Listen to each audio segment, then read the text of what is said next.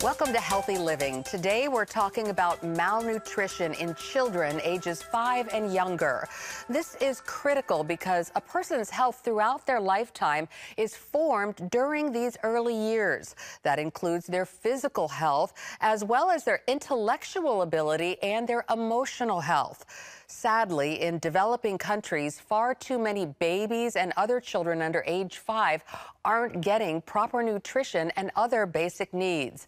But one ministry called Saving Moses is changing that. Take a look. We were visiting like a rural malnutrition clinic. This doctor came up to us. Did you bring money? No. Did you bring medicine? No. Well, then why are you here? Do you have blood? I'm like, yeah. And so she said, I want that blood because I have a 2-year-old, Angelina, who's basically at death's door. You could see it in her eyes. I mean, she's just like terrorized. And I'll never forget her eyes looking at me. I just wanted to do whatever I could to help her. And I felt helpless. And these are easy answers. You know, we're not trying to cure cancer. It's just babies hanging by a thread. That was a defining moment for me. My name is Sarah Bowling, and I'm the founder for Saving Moses. We're a global humanitarian organization aimed for 0 to 5-year-olds, where the need is most urgent and the care is least available. And this is like the most fragile, vulnerable time of a human's life. We do something very distinct called night care. So we take care of babies and toddlers, of prostitute sex workers in third world countries while they work. So they come in, they give them a bath, they feed them dinner, and then there's playtime. And then they circle up and do a little bit of discipline, self-control. So they sing songs, they have a little snack, they have like a little prayer time. And at the end, they get to sing about Jesus, which is cool. And then we take them, put them up to bed. In America, people were like, so you're in favor of prostitution because you take care of these babies, so these ladies can go out and do that. I'm like, I prefer to say that I'm supporting the babies and toddlers and protecting them. That's my top priorities, these babies and toddlers. I looked into it, nobody around the world is doing that. And I would come to these red light areas, brothels and all this stuff. And that's the thing, everybody focuses, and I understand, they focus on the moms, the sex workers. But in the meantime, it's these babies and toddlers. They're on the bed with their mom as she's working. That's a day-to-day reality. I had 8 out of 10 moms tell me, my baby's on the bed with me as I work. In one red light, they drug their babies and put them under the bed so they don't make any noise while they're working. I mean, you had one little boy, he wandered out in the street, 2 years old, and he got run over by a car and died. This is most urgent, least available. And you're like, well, how could they do that? I'm like, if they could get out of it, they would. That's hell. Most of these women, they don't read, they don't write, they don't have any alternative profession, they don't have any way to earn a living. They've been abandoned by their families, all this stuff. And in the meantime, their babies and their toddlers are on the front lines every day. And they're the ones that have the highest risk of abuse and neglect, all kinds of stuff. Hurt people hurt people. So you're also a part of eliminating some of the awful perpetuation of these atrocities. Night care exists to turn their lives around and give them an opportunity to see a different future. You want to change the industry, you start with the babies and the toddlers because this is their worldview. They grow up in this every single day. Get them out and then you change the worldview so they think, I don't have to grow up and be a sex worker like my mom. There's a different opportunity. At least I have a choice.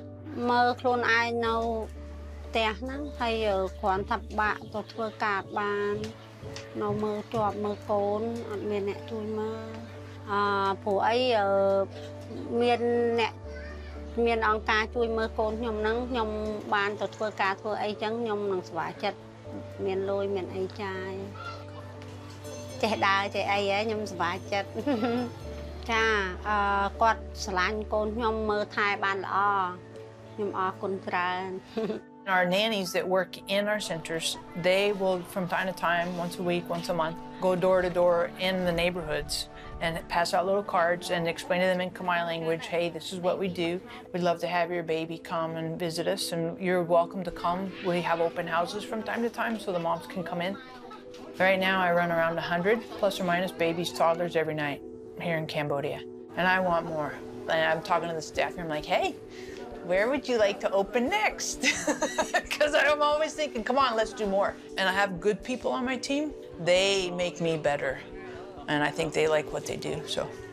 ចំចំណុចរបស់ខ្ញុំមានអារម្មណ៍ថារំភើបពីព្រោះអីគាត់មកទីនេះគាត់ខ្វះអាហារហូបចុកគាត់អត់អាចអង្គុយបានគាត់អត់អាចនិយាយបានដល់ពេលដែលយើងផ្ដល់ឲ្យគាត់រហូតប្រហែលជារយៈពេលមួយសប្តាហ៍ទៅជា2សប្តាហ៍គាត់អាចងើបអង្គុយគាត់អាចទៅជែកជាមួយយើងហើយគាត់អាចចេះញញឹមដាក់យើងអញ្ចឹងខ្ញុំពិតជាស្រឡាញ់គាត់ហើយខ្ញុំពិតជាចូលចិត្តហើយមានអារម្មណ៍ថាជារៀងរាល់ថ្ងៃខ្ញុំនឹងមើលគាត់តើគាត់មួយថ្ងៃទៅមួយថ្ងៃគាត់មានការផ្លាស់ប្រែមិនបែប You know, the environments where they live are pretty shady on a good day. Some of them, they live above sewage, raw sewage, and some of them fall in it, you know, and they fish them out. And they'll come in and they'll have like sores and bed bugs and all this stuff. Some of them, the only meal they get is with us at night. Challenges, a lot of challenges, particularly at the beginning. And I think you just got to keep going. You know, keep feeling your way along and don't expect everything to be perfect the first time you try it. I think when we think that way, it's all going to be easy breezy. I think we set ourselves up for failure. If God puts it in your heart, then keep going. I think as Americans, we need to be conscientious of our own filters, our own mindset. Number one, am I loving? Because love's going to say, be compassionate and gentle and kind. That's the distinct definition for Christianity, for Jesus followers, is that love is our core definition. Saving Moses, right? So if you think about it, Moses, he's a 3-month-old little baby, trapped in slavery, doesn't have any choice out, and he's rescued, saved by Pharaoh's daughter. At the end of Moses' life, what did he do? What all did he accomplish? But when he's 3 months old, his life is hanging by a thread. So you don't know when we're saving Moses, you have no idea. You have no idea the impact and the purpose God has for those babies and toddlers. So we're just here to be loving. End of story. And it's my pleasure to welcome Sarah Bowling. Thank you, Lori. So you recently wrote this book called Hanging by a Thread, The Saving Moses Journey, that describes your ministry, which really has 3 main parts. You provide therapeutic milk for babies and toddlers, and also night care for children of sex workers, and birthing care to provide for safe births for children. And this is all happening in developing countries. Where is malnutrition for children the worst? So malnutrition really hits the crosshairs a lot of places where there's a major instability or where there's all kinds of military conflict. And it's not necessarily malnutrition in terms of like just kind of small, but we look for really severe acute malnutrition. So we're working now in Angola as well as Congo. I've looked at expanding potentially in like Somalia, areas where there's high conflict and lots of instability, because babies are the ones who take it the hardest, and they get hit the hardest. So the food that they get, if they get food, oftentimes doesn't have near the nutrition that they need.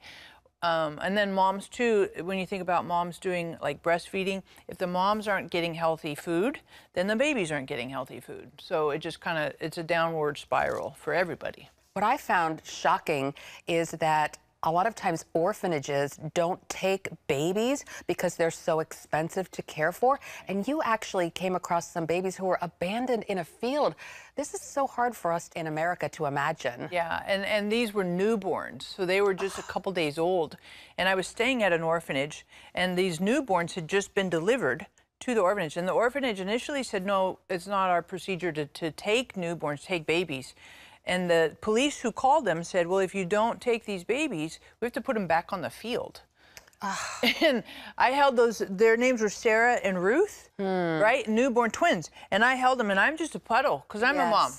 Yes. And I'm like, oh, you know, you had me at baby. Yes. And so, and I thought, why, I didn't understand. Why would an orphanage turn away babies? That doesn't make sense to me, right? Right. But they said, well, appreciate that we have limited resources, Sarah. So if we have 10-year-olds, we can feed and clothe, 20 10-year-olds, but for the same amount of money, we could only take care of maybe 3 babies. We're going to take a quick break and be back with Sarah Bowling. The book is Hanging by a Thread, The Saving Moses Journey. Stay with us.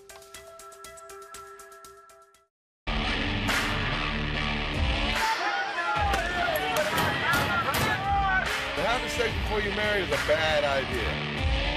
Don't tell me there's no such thing as gun violence. That just depends on your definition of when life begins. Watch Dan and Dale tackle trending topics that test your faith on the next Faith Wire, Monday night at 9:30.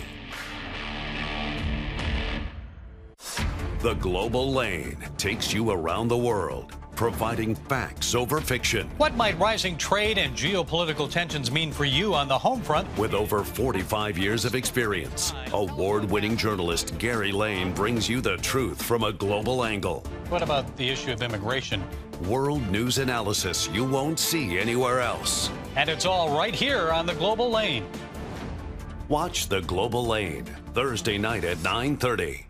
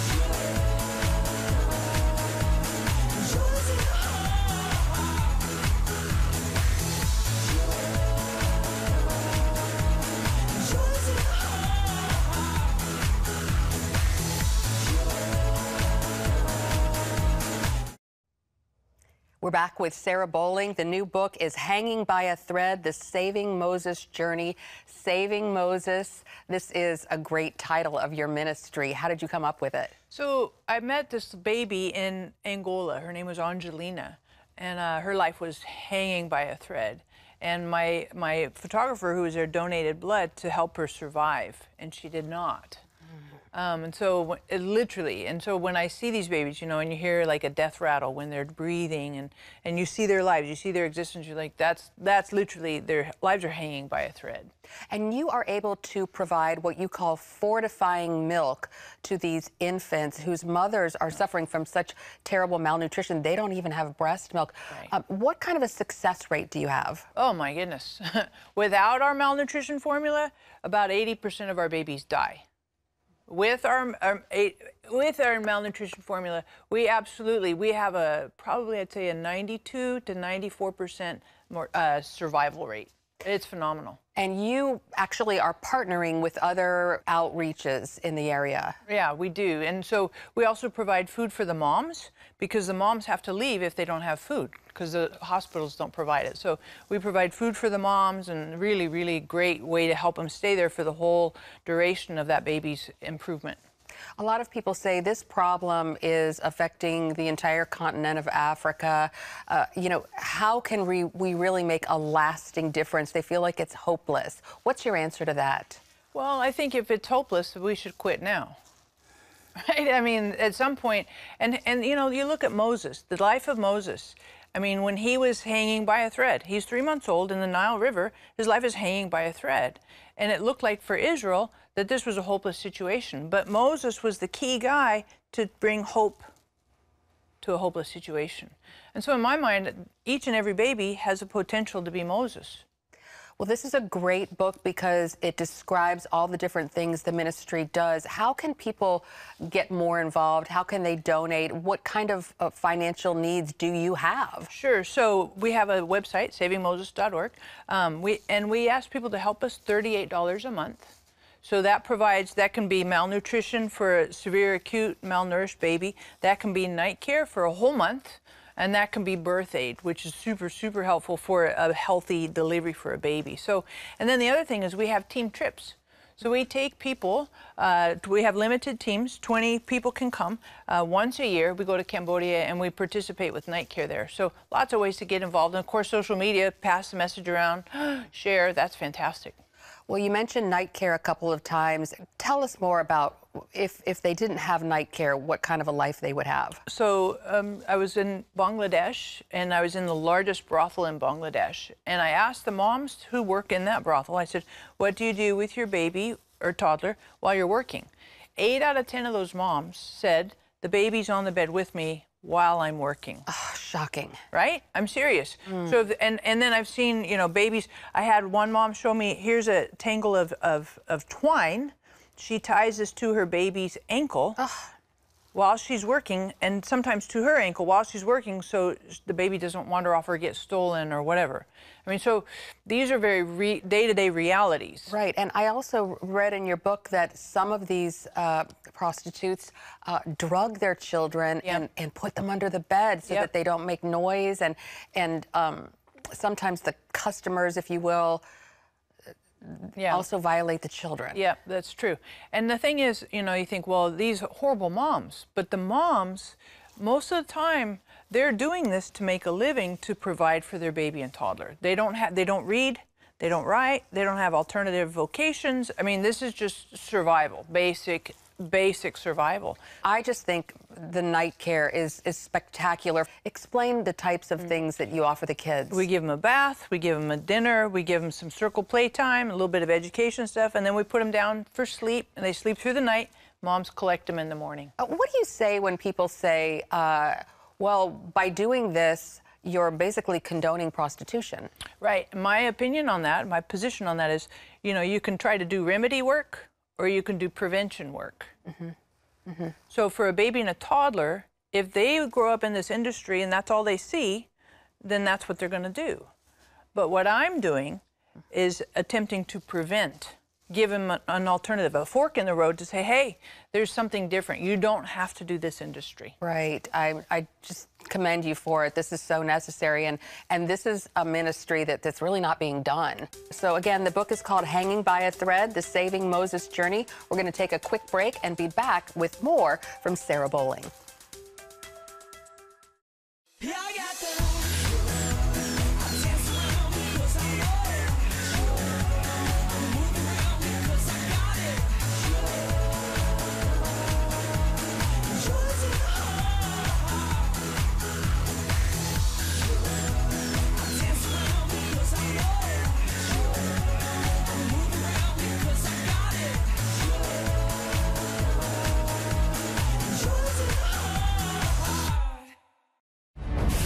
On the home front. Thanks for joining us for CBN's On the Home Front, where we highlight what the men and women of America's military do to defend our country. CBN honors the men and women in our military with an initiative called Helping the Home Front. It partners with churches across the country to meet the needs of their military families, from repairing homes to wiping out medical bills for wounded veterans. On the Home Front, Tuesday morning at 10:30.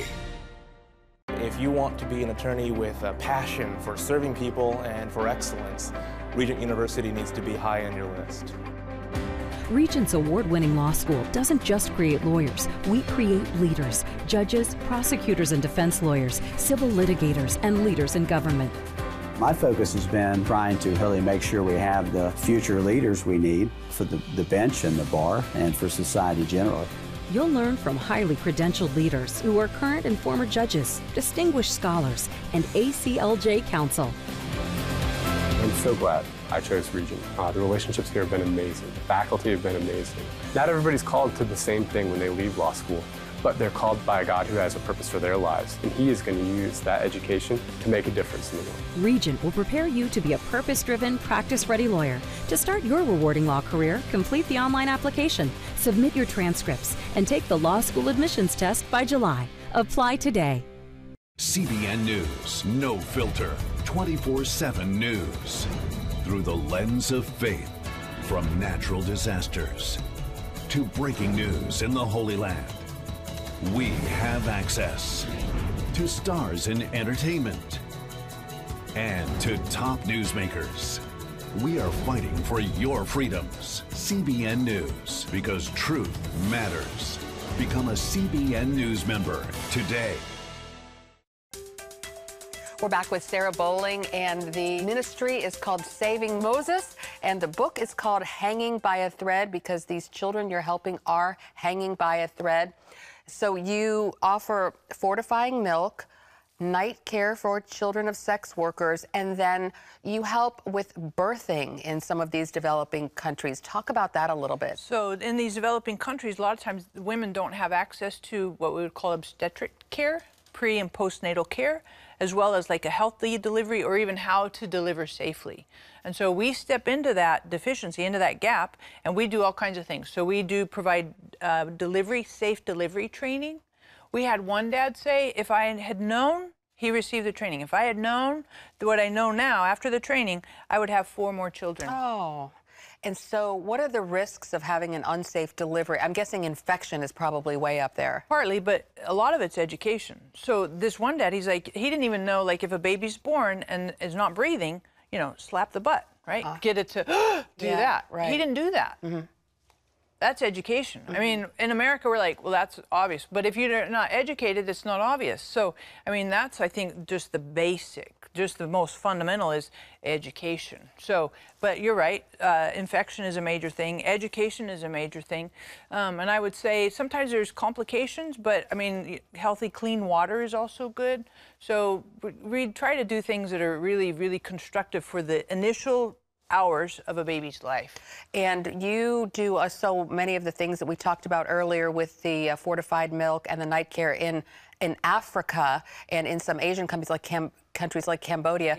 But a lot of the birthing care is in war-torn countries like Afghanistan and Syria. Right, and those are regional, unstable countries because the babies are the ones that take it the hardest.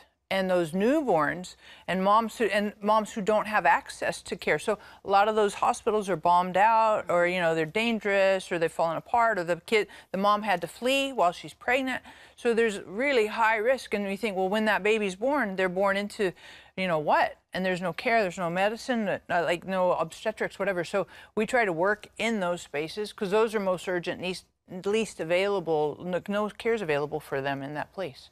And you know, you look at these governments and where this is happening, and we have problems, philosophical and religious differences, but the mothers and the children are the most innocent victims. It's not their fault. Sure, and I think genuine love, you know, if I follow Jesus, he says, you know, people will know you follow me by your love for each other. And so I think it's really easy to love a baby. Oh, yes. Right, I mean, that's easy. A newborn, I'm all in. You know, I mean, scrap all the philosophical, religious differences, all that stuff. I mean, a baby. Right. You had me a baby. Right. And I know motherhood is universal. It is. Those of us who have children just understand the plight of a mother and love children everywhere. Yeah. And you don't have to be, of course, a mother to love children, but it's definitely does touch that nerve. You bet. Yeah. You bet. So how did you get involved with this ministry? We should probably mention your mother is Marilyn Hickey. Right. And so many people know her, and you two do a Bible study on television. Right. And she's been on the air for so many years. How did you get involved with this? So I'm the founder for this organization, and basically I felt like Holy Spirit started talking to me through one of my friends. It says, I think there's more in you, Sarah, than only teaching the Bible. And I said, well, maybe. And so I just started to explore, and took about 2 years to look and see what's available, what's around, and really got hooked. I mean, addicted, really convicted, and really felt Holy Spirit say, I want you to do this. So I'm like, okay, let's do it. Well, I think it's a wonderful testimonial about how you listen to the Holy Spirit and pay attention to God's purpose for your life. So many of us are looking to the Lord and saying, Lord, what do you want me to do? So we're going to take one more quick break and be back with Sarah Bowling and more about the Saving Moses ministry. Stay with us. When I came to Regent University, it's like the world opened up. I felt like I needed to advance my career and go back to school. Regent was a perfect fit for me. The Regent professors are world class. You are equipped. The focus of the faculty is on each individual student, whether it's online or in person. You become a part of Regent's family. You carry with you not just the content and the knowledge, but the confidence to understand that we can be significant in the world. Regent University. Follow your path. Nigerian Christians are Christians in Iran are routinely arrested. Happily, Christians continue to suffer. In times of trial and affliction, you need to know the truth. One of the fastest growing Christian populations in the world. Join Wendy Griffith and George Thomas for Christian World News. Young people are the ones who are open to the gospel. Powerful stories of suffering and hope that affect all Christians. Watch Christian World News, Saturday at 5 p.m. Get Protect Your Sleep and discover how to improve the quality of your life. A free DVD or booklet from the Christian Broadcasting Network. If you're not a great sleeper, you can do things to make yourself a great sleeper. If you're already a pretty good sleeper, you can enhance your sleep and be even better. 5 leading experts help remove the obstacles between you and restorative sleep. When you don't get a restful night's sleep, you wake up with an accumulation of stress. Call 1-800-700-7000 or go to CBN.com to get your free DVD or booklet today. Everything you do better with a good night's sleep. You'll discover how food affects your sleep, how to put insomnia to rest, explore effective remedies for sleep apnea, and much more in Protect Your Sleep. Wake up to your best life and get Protect Your Sleep today. Call 1-800-700-7000 or go to CBN.com to get your free DVD or booklet.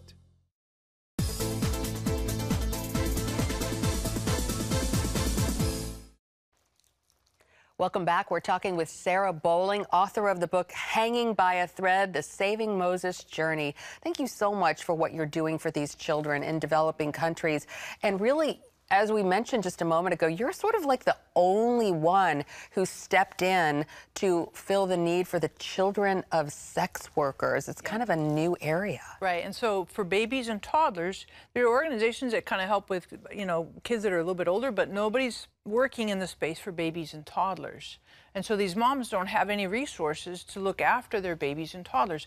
And when you think about sex work in developing countries, that's a very common way to earn a living. And because it's survival, day-to-day existence, and these moms don't have education, they don't have vocational training, and so what do you do with their baby? And that's who they live for their baby, their toddler. Right. And so this is why, so it's a catch-22. You don't want to hurt them, but you want to help them, and you want to feed them, you want to take care of them, but and so I know these moms are torn.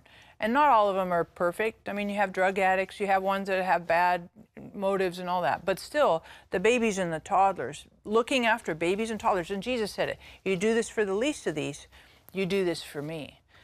Right, and they're innocent, and now you might actually be able to break the chain, because if they grow up seeing this, then what other choice do they have? Right, that's all the identity, all the development they've known, and so when you give them a fork in the road and you give them genuine love, I think it puts something in their heart that says, wait a second, there's value, there's importance, there's significance. I'm loved, so I don't have to do these things.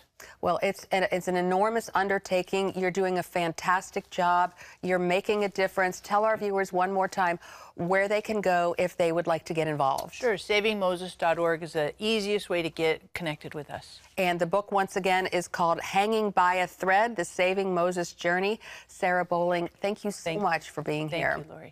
And thank you for tuning in to Healthy Living. We'll see you again next week.